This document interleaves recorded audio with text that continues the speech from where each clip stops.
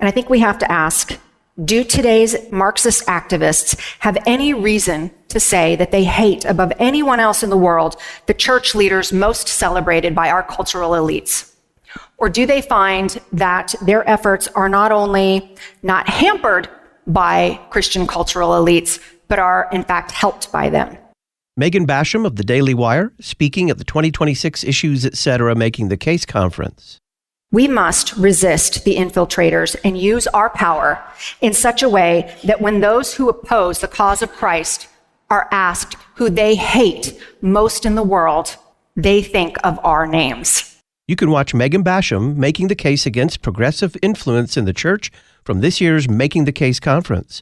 For a contribution of $250 by Labor Day, we'll send you a link to watch the entire conference. Learn more at issuesetc.org.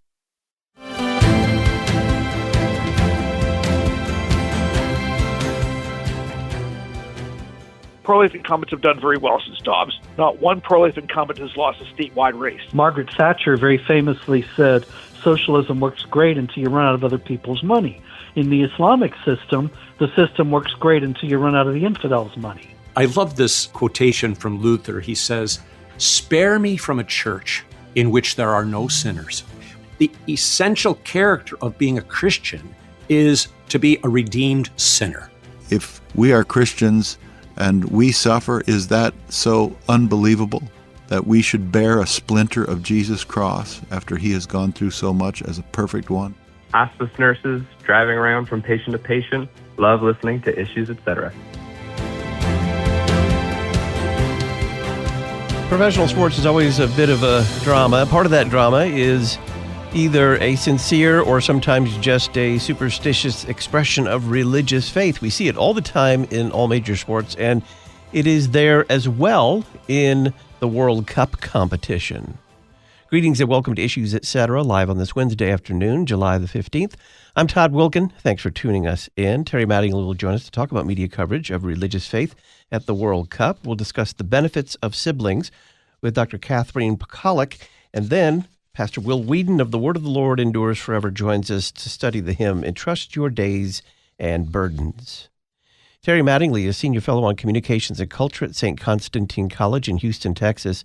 He writes Rational Sheep, a Substack newsletter on faith, family, and mass media. He's author of the National On Religion column for the Andrews McMeel Universal Syndicate, and for 2 decades he led the GetReligion.org website. Terry, welcome back. Glad to be here. Once again, we have religious faith playing a major role in sports at the World Cup. Are there any new angles in 2026 that's drawing news coverage or social media chatter?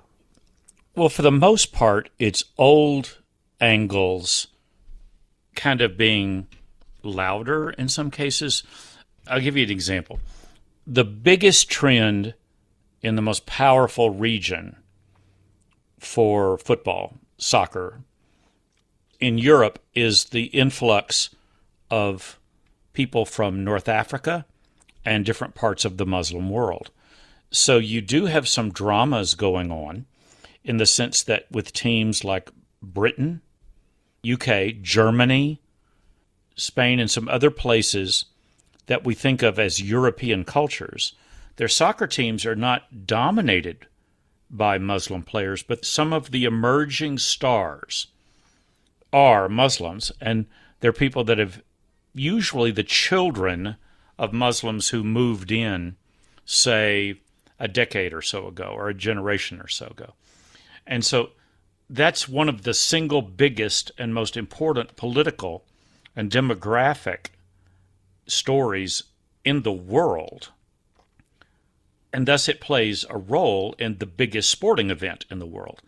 And as much as Americans may chafe when they hear that, there's no question that the World Cup every 4 years is, in terms of viewership and global interest, is the biggest sporting event in the world, where TV audiences are measured in the billions.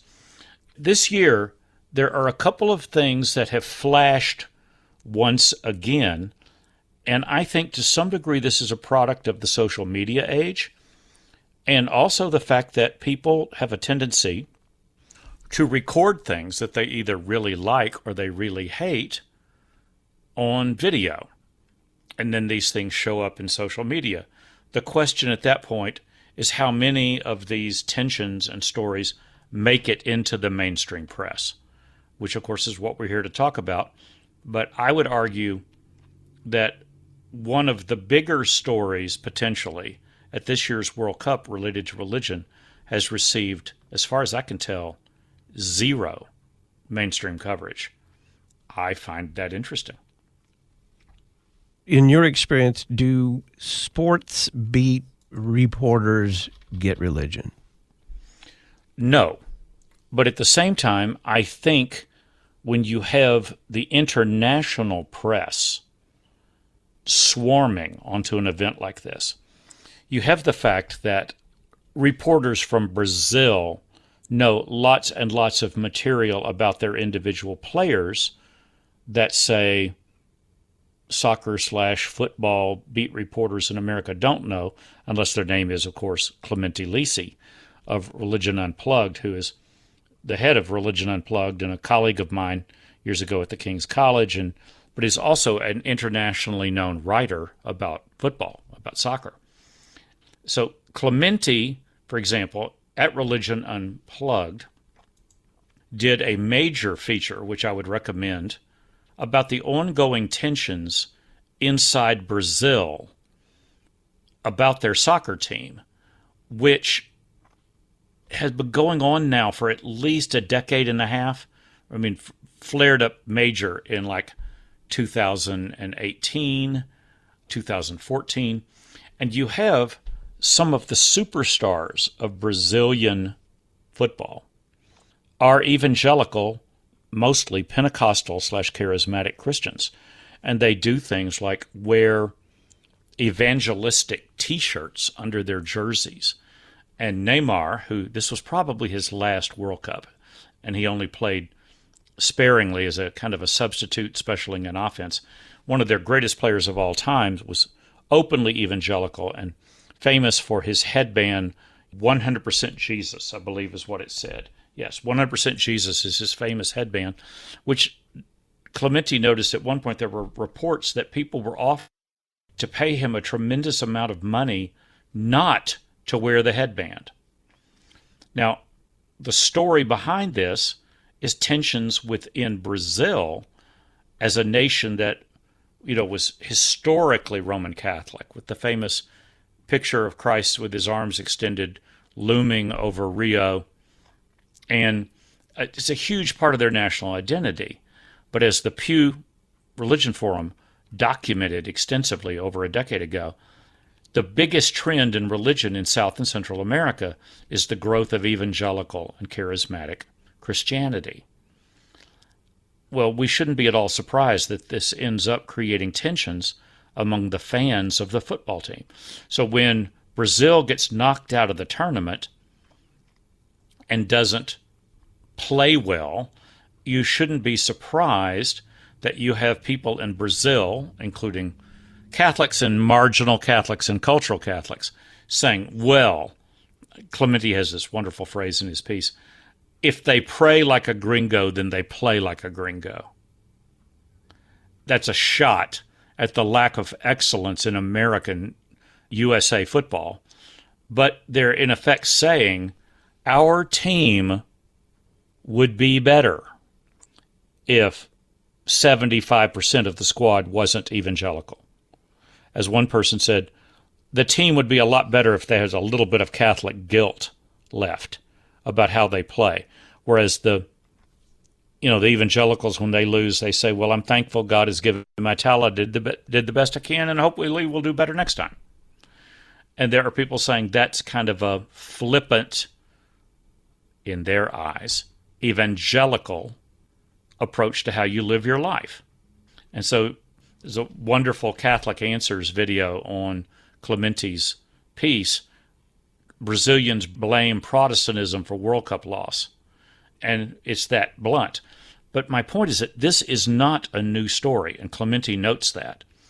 This has been going on now for quite some time, because when Neymar was a young, rising superstar, there was a lot of media attention in Brazil about his faith. So That's an ongoing story, but what I want listeners to realize is that it's linked to demographic changes in all of South America. So we should not be surprised in a massive worldwide event in which the teams are identified by nationality. We should not be surprised to see changes in what it means to be British, changes by what it means to be German, changes about what it means to be Brazilian. We should not be surprised when that shows up in their teams and in coverage of their teams, especially by the international press. The Associated Press, I think, did an admirable story with a roundup by David Crary in which he kind of ran through some of the public faces of religion at this particular World Cup. And he noted, I'll read this. England's national squad for the first time includes a Muslim player. France's roster has multiple players from Protestant, Catholic, and Muslim backgrounds. Spain's emerging superstar, 18-year-old Lamine Yamal, is a practicing Muslim. So is Sweden's Yasin Ari, who prostrated himself on the field to thank God after the first of his 2 goals in a victory over Tunisia. Tunisia, ironically, his father's homeland. All 4 of these nations, like several others in Europe, have experienced political polarization related to the arrival of large numbers of Muslim immigrants. Does diversity of the World Cup team send a potentially helpful message? Associated Press, stressing the positive, says, of course it does. But at the same time, in England, religion is the most controversial thing in the country right now, linked to immigration. You have evangelical Protestants being arrested preaching sermons on street corners because the police are worried that any Muslim walks by might be offended. It's unbelievable the degree to which Britain is being kind of torn apart politically because of these growing differences linked to religion and custom. The Pakistani rape crisis, which is 2 decades old now at this point, is only one example of a major story related to that. So this is not a news story either, but it's a much louder story in the press when the Associated Press decides to dive in on that, which means potentially this story could run in almost every newspaper in America if people pick it up. So the big story this year to me is Europe and the rise of Muslim players on the teams, but that's certainly not the only religion story at this point. Christian Pulisic of the USA team, which of course was knocked out a round or 2 ago, is an outspoken Christian, leads Bible studies with the team, and several other members of the team share his beliefs or variations on Christian beliefs.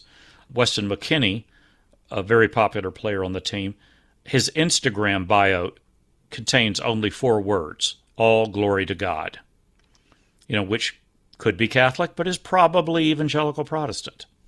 So, another story that just gets more and more complex with every World Cup. So, given the fact that this is now kind of a feature in world sports, we're now not just talking about U.S. sports, but we're talking about, with soccer, world sports. These expressions, some of them really overt, like a Muslim not only going to his knees, but to his forehead on the field after a goal. Right. That's not just a baseball player kind of doing a quick little sign of the cross as he crosses home plate, as maybe just superstition. This is prayer on the field. Well, it's the Muslim equivalent of Tim Tebowing.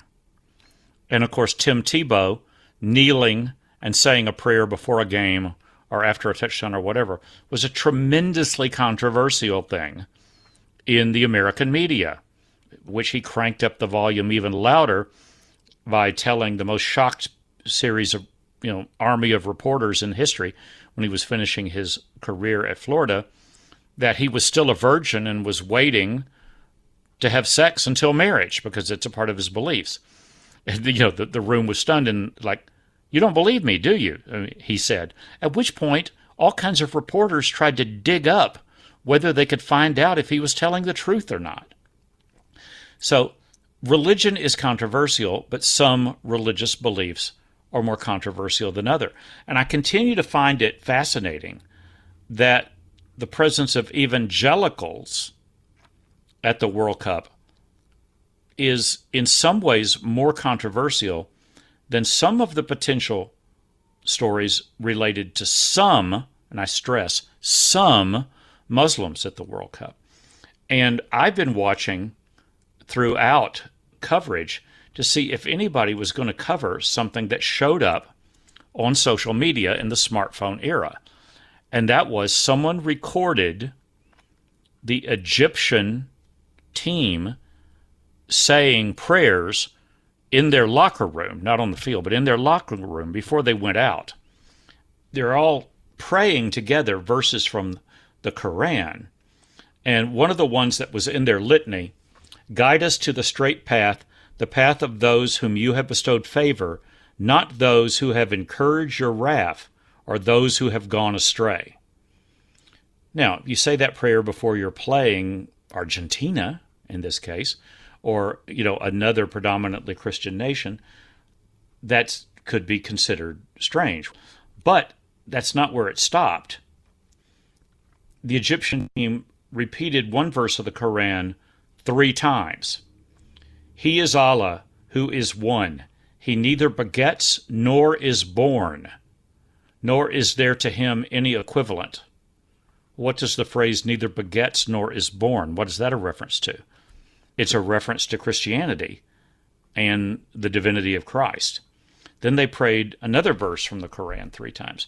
Infidels are they who say, Allah is one in the Trinity. There is only one God. If they do not stop saying this, the infidels will be afflicted with a painful torment. Well, that's another pretty direct reference to Christianity. And I say this for another reason. I've been trying to find out when was the last time, in a nation where you have a sizable population of Coptic Orthodox Christians, the historic Egyptians of the land, and you have a lot of converts to evangelicalism in parts of Egypt, and they could just simply refer to themselves as Coptic Christians too. When was the last time a Coptic Christian played on the Egyptian national team or made it to the top of one of their soccer leagues?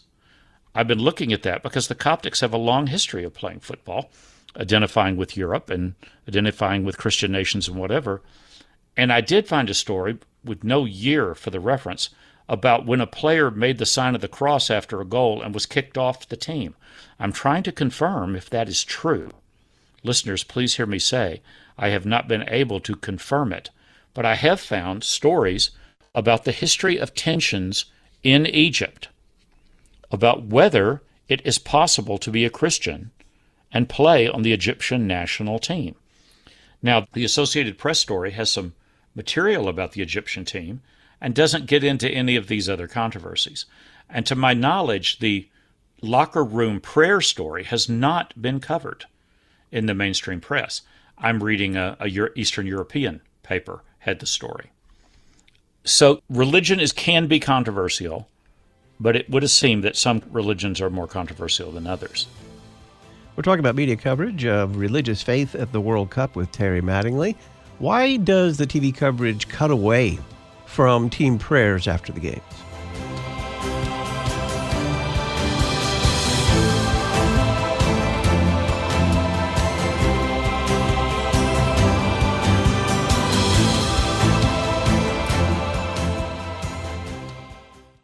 We're going to have to be vigilant on 2 different fronts. We're going to have to defend the truth about the human person, made in the image and likeness of God, created male and female, created for marriage. We're also going to have to defend our freedom to live according to those truths. Dr. Ryan Anderson, president of the Ethics and Public Policy Center and member of the White House Religious Liberty Commission, speaking at this year's Issues Etc. Making the Case conference. Over and over again, we're going to see that we have to form the next generation of our students, of our children, our grandchildren to believe the truth, while also defending our freedom to live it out. And then the long game is reforming our civil laws to reflect the truth. You can watch Ryan Anderson's presentation, Making the Case for Social Conservatism, from the 2026 Issues Etc. Making the Case Conference. For a donation of $250 by Labor Day, we'll send you a link to watch an on-demand video stream and download audio recordings. Order online at issuesetc.org. Birds sing, cows moo, thunderstorms wake you from a deep sleep, but for many, they can't hear it. They're deaf, living in a world of total silence. The Epitha Lutheran Mission Society for Deaf Ministry is the only recognized service organization in the Lutheran Church Missouri Synod devoted exclusively to the deaf and hard of hearing. Their mission is to bring the gospel message of Jesus' love and saving grace to those who are deaf. Learn more at elms-deaf.org. St. Paul appealed to the Corinthians that all of you agree and that there be no divisions among you, but that you be united in the same mind and in the same judgment. Unity and variety, united in mind and judgment, these all can be thorny topics among us, as they have been for Christians since the Church's earliest days. The June-July issue of the Lutheran Witness takes up these very topics. Pick up your copy at cph.org/witness or visit witness.lcms.org to learn more. The Lutheran Witness, helping you interpret the world from a Lutheran perspective. Essential exercise for the Christian mind. You're listening to Issues Etc. The Church's music from the 20th century.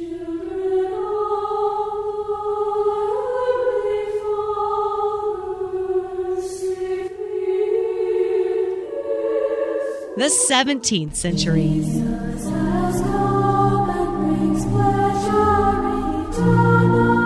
The 11th century.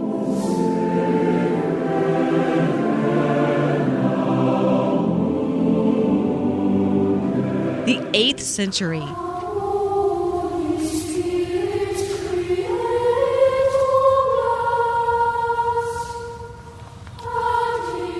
The 4th century.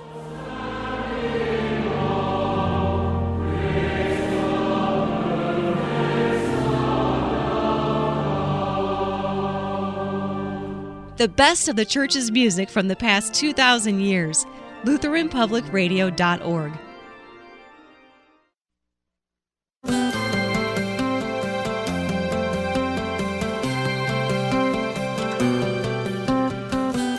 Thanks to Gene in St. Louis, Michael in Moorhead, Minnesota, and Amy in Tennessee for placing orders today of video and audio recordings of the 2026 Issues Etc. Making the Case Conference.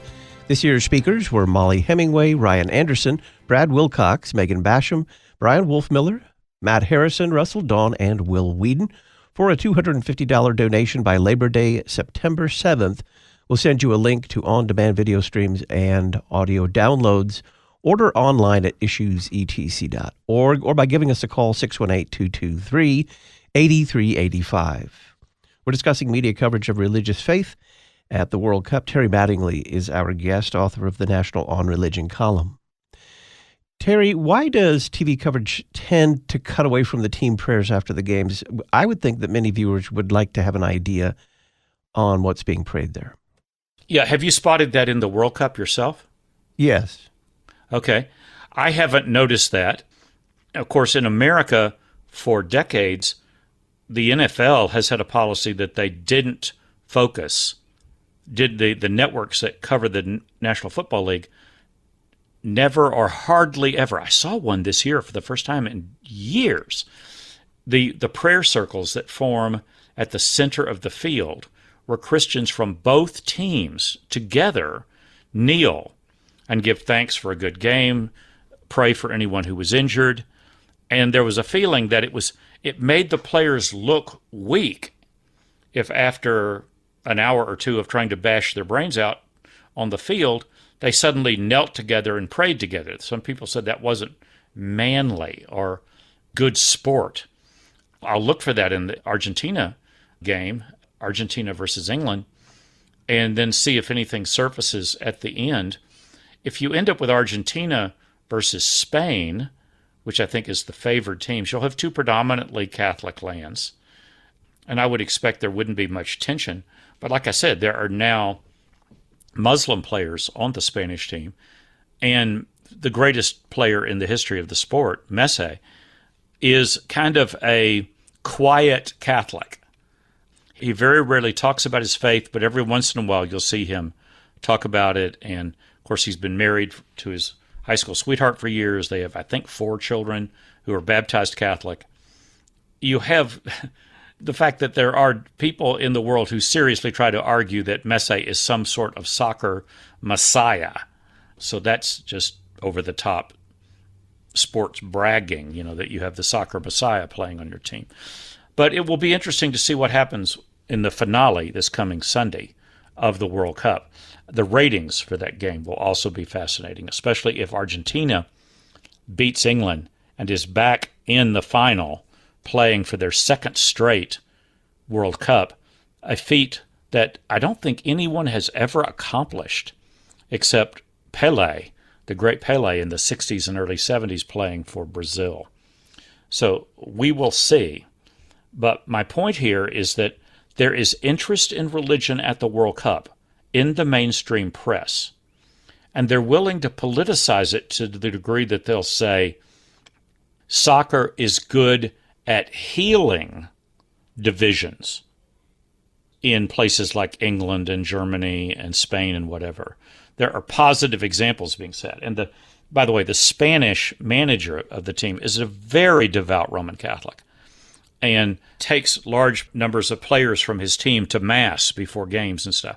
So you're going to have, if Spain is in the finale, I think you might see some coverage of the very public faith of the manager of the Spanish team. That would be something listeners could look for this weekend. Do you think that the press's coverage of religion in world soccer has been more generous to expressions of Christianity than they would be covering U.S. sports? Well, that's interesting. We're dealing here with what amounts to like a 4-week-long Super Bowl. So the press interest in it at the global level is infinitely more intense than, say, focus on an average NBA game or a NFL game. So I guess the parallel would be if there was strong expressions of faith linked to players in, say, the American Super Bowl. Would we expect press coverage of that? In my experience, it's hard to say yes or no. I've seen good stories. I've seen stories that were completely ignored. I think I've told this before, but maybe this last anecdote will be funny for our listeners. When I was working at the Rocky Mountain News in Denver, Denver was in the Super Bowl, and they were playing the Washington NFL team whose name we now no longer speak. I noted that the head coach of the Broncos and the head coach of the D.C. team were close friends and both very strong evangelical Christians. I noted that the quarterback of the Denver Broncos was at that moment in his life, it's changed a bit, was a Sunday school teacher at one of the major evangelical Presbyterian churches in town. I'm talking about John Elway.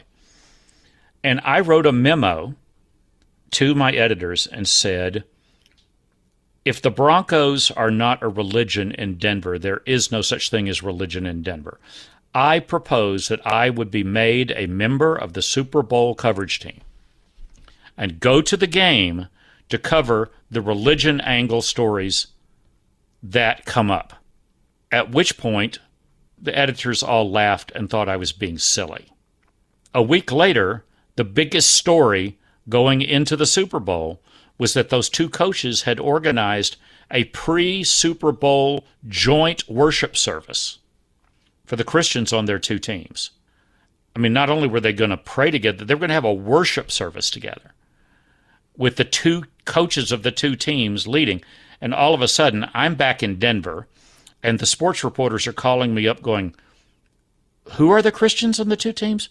Where do the coaches go to church? Why is this happening? And obviously, I should have been there. And my editors later admitted I was right. I should have been there. You had a very strong, and here's my stress, obvious religion angle going into the Super Bowl. It blew up into the big story of the day before the game. And to answer your question, most of the reporters there did not see it coming. They had no idea how to cover it, and they just covered it like, gosh, isn't this weird that a bunch of grown men are going to have a worship service together? When if you knew anything about the two teams, and if you knew anything about their head coaches, you would have known it was not weird at all. Anyone who cared about the two teams would see it coming. The World Cup parallel is if you cover Brazilian soccer, you know the evangelical story is a big deal. If you're covering British soccer, you know that your nation is divided right now over immigration and the rise of Islam as a political force. Ditto for Germany, France, Spain, etc. So I think the world press is better ready to cover this right now than, frankly, a lot of Americans are covering religion and sport in their own country. Sunday's World Cup final match is being played at MetLife Stadium in New Jersey. If you were a religion reporter for the New York Times, what stories would you be trying to cover? Well, if Argentina gets in, we don't know yet at this point. We're hours away from knowing who the other team will be, whether it will be Argentina or England. But I think it's safe to say that with France and especially with England, I would expect some reporters to go after the interfaith nature of the makeup of the teams. And just like the Associated Press, draw this as a parallel to the political tensions in their lands and say, isn't it wonderful that these players can be on the same team together and they have no difficulties or whatever. The question is, if Egypt had gotten to the finals or had gotten to the semifinals, would anybody cover this online discussion of the nature of religion in a team, in a country as painfully haunted by religion and persecution and slaughters of Christians, in that land? Would anybody cover a negative story about religion at the World Cup other than, of course, if the evangelicals did something terrible like wear a headband? Terry Mattingly is Senior Fellow on Communications and Culture at St. Constantine College in Houston, Texas. He writes Rational Sheep, a Substack newsletter on faith, family, and mass media. He's author of the National On Religion column for the Andrews McMeel Universal Syndicate, and for 2 decades, he led the GetReligion.org website. Terry, thanks. Glad to be here. Dr. Catherine Pekalik joins us on the other side. We're going to talk about the benefits of having siblings.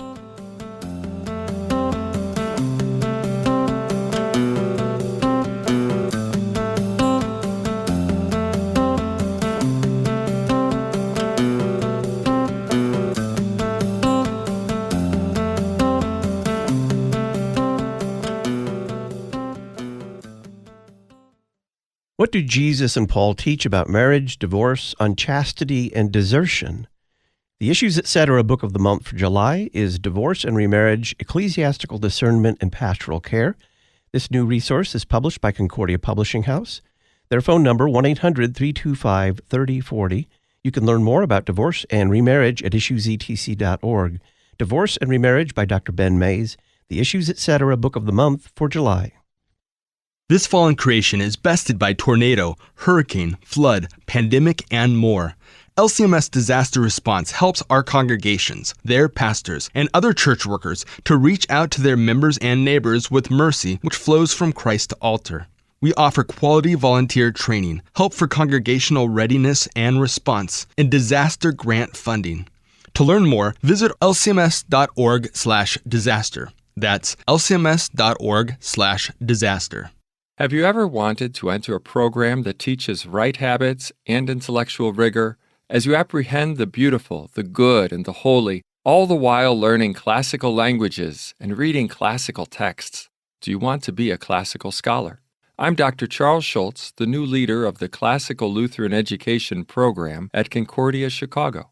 Learn more about this program at CUC by visiting cuchicago.edu, cuchicago.edu. Your church service, sanctuary, and congregation are all unique, so why settle for low-quality recordings when your organist is unavailable? The Substitute Organist service from Church Music Solutions is genuine organ leadership using your instrument with your specific selections when you need it. Log on to churchmusicsolutions.com and request a free demo kit to allow you and your members to use the Substitute Organist service without obligation and without a sales pitch. Keep singing with Church Music Solutions. Solid, serious, substantive. You're listening to Issues, Etc. Thanks to the following congregations for standing with us by becoming an Issues Etc. congregational sponsor: St. Peter Lutheran, Arlington, Wisconsin; Emmanuel Lutheran, Hinckley, Illinois; Mount Calvary Lutheran, Omaha, Nebraska; Trinity Lutheran, Miles City, Montana; St. John Lutheran, Waverly, Iowa; Bethany Lutheran, Fairview Heights, Illinois; Christ Lutheran, New Baltimore, Michigan; Prince of Peace Lutheran, Virginia Beach, Virginia; Redeemer Lutheran, Mandeville, Louisiana; Good Shepherd Lutheran, Boise, Idaho; and Trinity Lutheran, Millstadt, Illinois. Find out how your confessional Lutheran church can support this worldwide outreach by including Issues Etc. in your mission or advertising budget. Just go to issuesetc.org, click Support Donate, and print a one-page flyer. When your congregation becomes an Issues Etc. sponsor, we'll publicize your church on the podcast, at our website, and in the Issues Etc. journal.